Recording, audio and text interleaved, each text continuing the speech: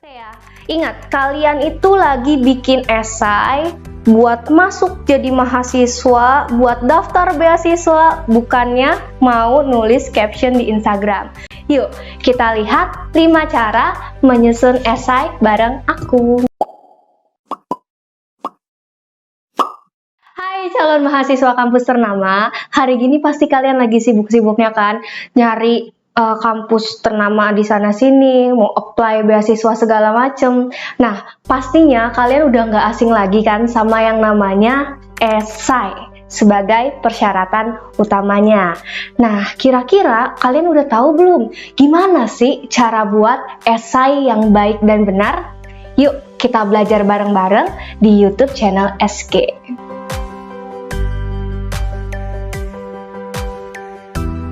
Sebelumnya, kita harus tahu dulu nih teman-teman, apa sih esai itu? Mungkin di persyaratan pendaftaran PTN, kalian sering dengarkan yang namanya personal statement, statement letter, atau apalah segala macam, yang intinya tuh tetap sama teman-teman. Itu adalah esai.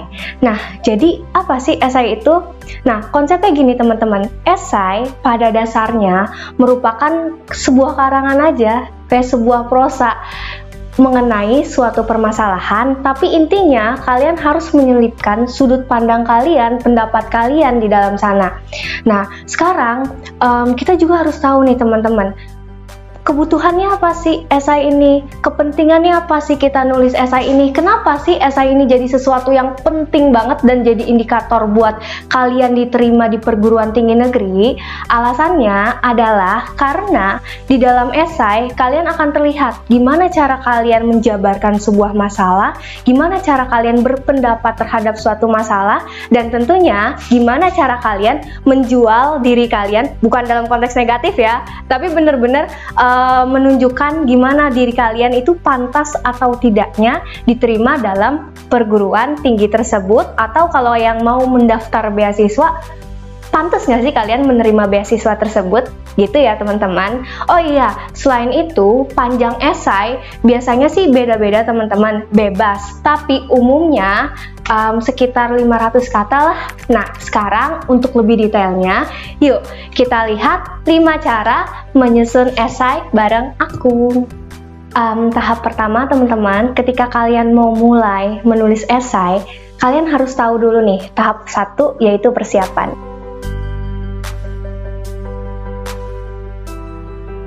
Apa sih yang perlu dipersiapkan? Oke, jadi kalau kalian mendaftar ke satu universitas atau mendaftar beasiswa, teman-teman, kalian harus perhatikan benar-benar guiding question-nya. Oke, apa aja sih yang diminta sama si pemberi beasiswa atau si penyelenggara acaranya, gitu ya teman-teman.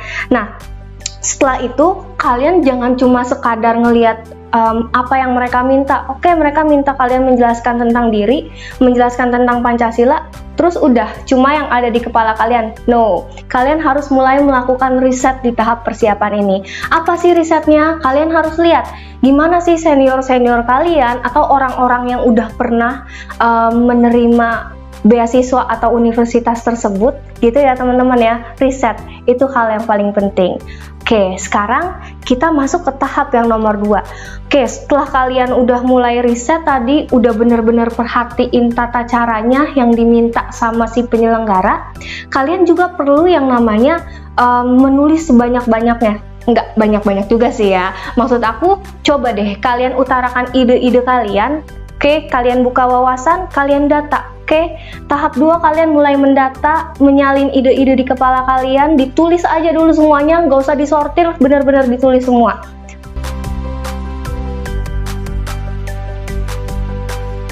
Oke, setelah udah selesai, udah kekumpul, ini yang mau saya tulis, ini tentang diri saya, ini yang mau saya tulis, tentang segala macam, ini yang mau saya tulis. Oke, stop sampai di situ. Kita mulai ke tahap nomor 3. Apa tahap nomor 3? Yaitu mulai menyusun outline atau kerangka tulisan kalian.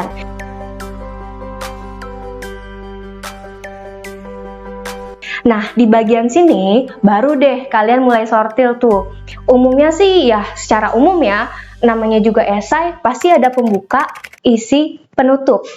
Nah, yang diminta di dalam pembuka biasanya adalah kalian mulai menyalin nih, apa nih yang pengen kalian tonjolkan dari diri kalian. Mungkin kalian pernah menang perlombaan, atau kalian punya pribadi yang bagus, yang cocok banget buat nantinya diterima di universitas tersebut. Silahkan ditulis di bagian pembuka. Oke, kemudian kita masuk ke bagian isi ya teman-teman ya. Kalian rincikan apa yang mau kalian bicarakan di bagian isi. Misal nih, kalian mau masuk di bagian hubungan masyarakat, atau pengen mendaftar di jurusan kedokteran.